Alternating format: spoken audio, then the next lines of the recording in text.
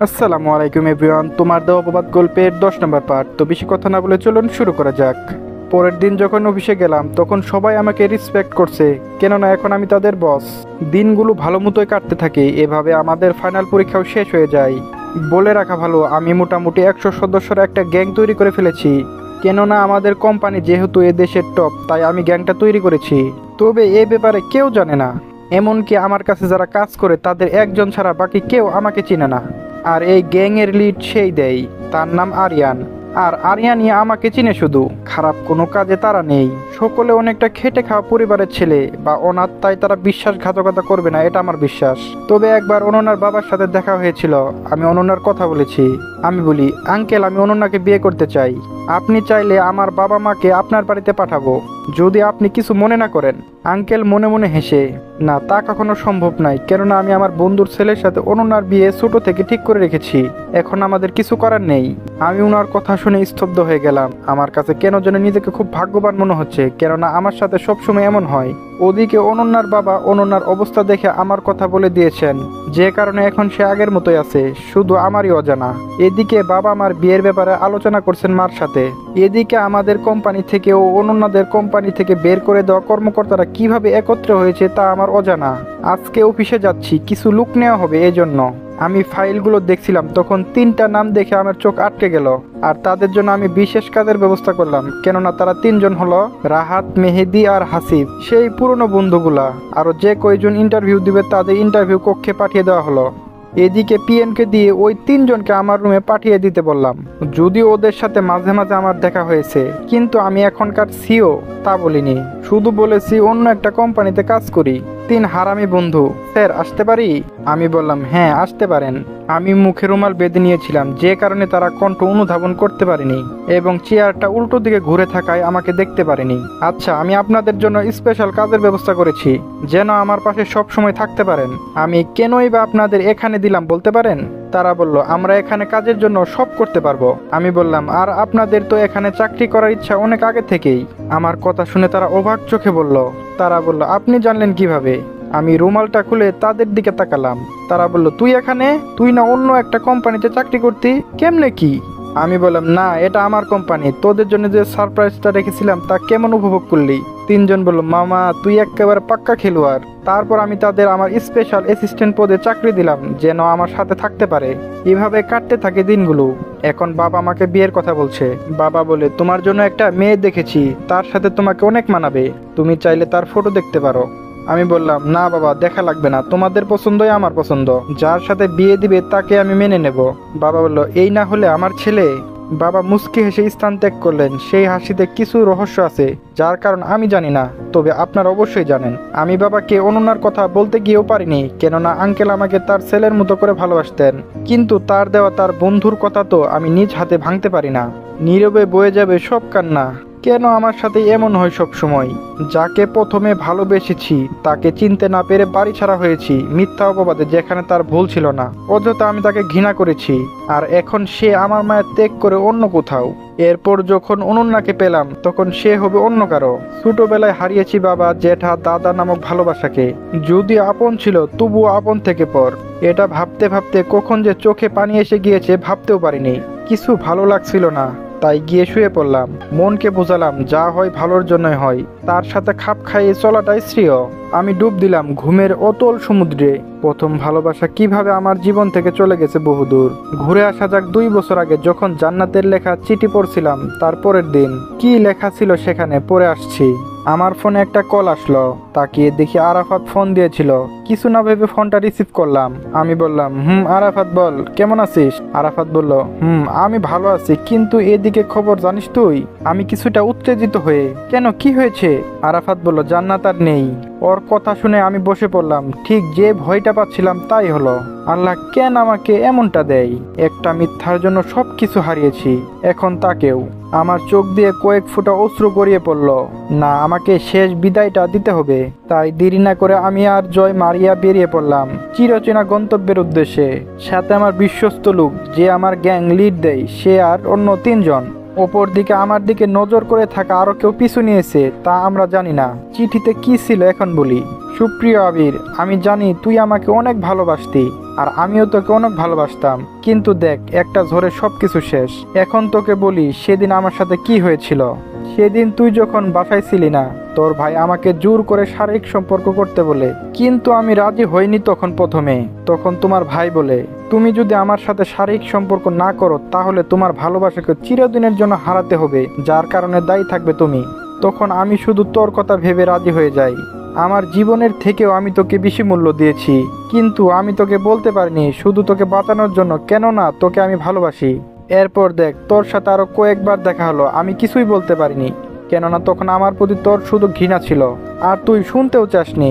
আর হ্যাঁ, এটা তো বলবি আমি কেন হাসি খুশি থাকার চেষ্টা করতাম, কেননা কেউ যেন না জানে আমার সাথে কি হয়েছে, তাই উপরটা ভালো বা হাসি মুখে থাকার চেষ্টা করতাম, কিন্তু ভিতরটা জ্বলে পুরে ছাই হয়ে গেছে। এবার কাজের কথায় আসি। জানি না যখন তুই এটা পড়বি তখন আমি এই পৃথিবীতে থাকবো কিনা, কেননা আমার ক্যান্সার ধরা পড়েছে অনেক আগে। কিছুদিন আগে ডক্টরের দেওয়ার সময়টা শেষ হয়েছে, এখন যতটুকু আছে শুধু বোনাস হিসেবে ধরতে পারো। আগে কত স্বপ্ন দেখতাম তোকে নিয়ে ঘর বাঁধবো, তা স্বপ্ন অপূর্ণ থেকে গেল। তোর কথা ছাড়া কাউকে ভাবতে পারিনি, পারলে আমাকে ক্ষমা করে দিস। ইতি তোর ঘৃণায় থাকা আমি। এটা পরে আমি তার কাছে যেতে চেয়েছিলাম, কিন্তু তা পারিনি। অফিসে খুব গুরুত্বপূর্ণ কাজে আটকে গিয়েছিলাম, ভেবেছিলাম 3 দিন পরে গিয়ে তাকে একটা সারপ্রাইজ দিব, কিন্তু তা অপূর্ণ থেকে গেল। এজন্য যে ভয়টা পাচ্ছিলাম তাই হলো। এদিকে আমাদের গাড়িটা এসে থামলো জান্নাতদের বাড়ির পিছনে। আমরা গাড়ি থেকে নেমে গেলাম। মা, ভাই, ভাবি এসেছে। আমাকে দেখে কেউ কিছু বলল না, তবে মামা বা জান্নাতের আব্বু আমাকে একান্তই ডাকে। মামা বলে, শুনো, জান্নাত আমাকে সব কিছু বলেছে যা অন্য কেউ জানে না। আমি কিছু না বলে মামাকে ধরে কেঁদে দিলাম। যদিও ছেলেদের কাঁদতে নেই, তবুও নিজেকে কন্ট্রোল রাখাটা সত্যি খুব কষ্টকর। এরপর আমি জয় ছাড়া আর কারোর সাথে কথা বলিনি, শুধু মনে মনে ভাবছিলাম যা হবে মাটি দেওয়ার পর, এখন কিছু করব না। জান্নাতের জানাজা শেষ হলো, মাটি দেওয়া কাজ সম্পূর্ণ হলো। বাড়িতে এখনো মানুষ আছে অনেক। আমি মামার ঘরে আসলাম, সেখানে গিয়ে দেখি কয়েকজন আছে। কিছুক্ষণ পরে ওরা চলে গেল। আমি ভাবলাম যা কিছু করার এখানেই সমাধানটা করার উপযুক্ত সময়। আমি আরাফাতকে দিয়ে সবাইকে ডেকে পাঠালাম। সকলে আসলো, সরাসরি কাজের কথায় চলে যাই। আমি বললাম, ভাইয়া, আমি চাইলে যেই দিন মিথ্যা অপবাদে বাড়ি থেকে বের হয়েছিলাম সেই দিনই সবকিছু বলতে পারতাম, কিন্তু ভাবির কি হবে তা ভেবে আমি বলিনি। কিন্তু জান্নাত আমাকে যা বলেছে তার জন্য শুধু তুমি দায়ী। কি দোষ ছিল আমার? আমি তো তোমার কিছু করিনি, কেন করলে আমার সাথে এমন? সকলে নীরব দর্শকের মতো চেয়েছিল, সব যেন তাদের মাথার উপর দিয়ে যাচ্ছিল। ভাইয়া বলল, আমি সম্পত্তির নেশায় পাগল ছিলাম, তখন চাইলেও বের হতে পারিনি। কিন্তু দেখ, পরে তোকে অনেক খুঁজেছি, কিন্তু ফলাফল স্বরূপ শূন্য। আজকে যেহেতু তোকে পেয়েছি তাই ভেবেছিলাম সবকিছু মিটিয়ে তোকে বলবো, তারপর তুই যা শাস্তি দিবি তাই আমি মেনে নেব। তবে শুন, আমার মাথায় কি ভূত চেপেছিল সেই দিন। তোরা কেউ বাসায় ছিলি না, যে কারণে আমার মাথায় শয়তানি বুদ্ধি খেলে যায় তোকে বের করার। তুই আমার আপন কেউ না, এটা স্কিপ করলাম কেননা আপনাদের জানা।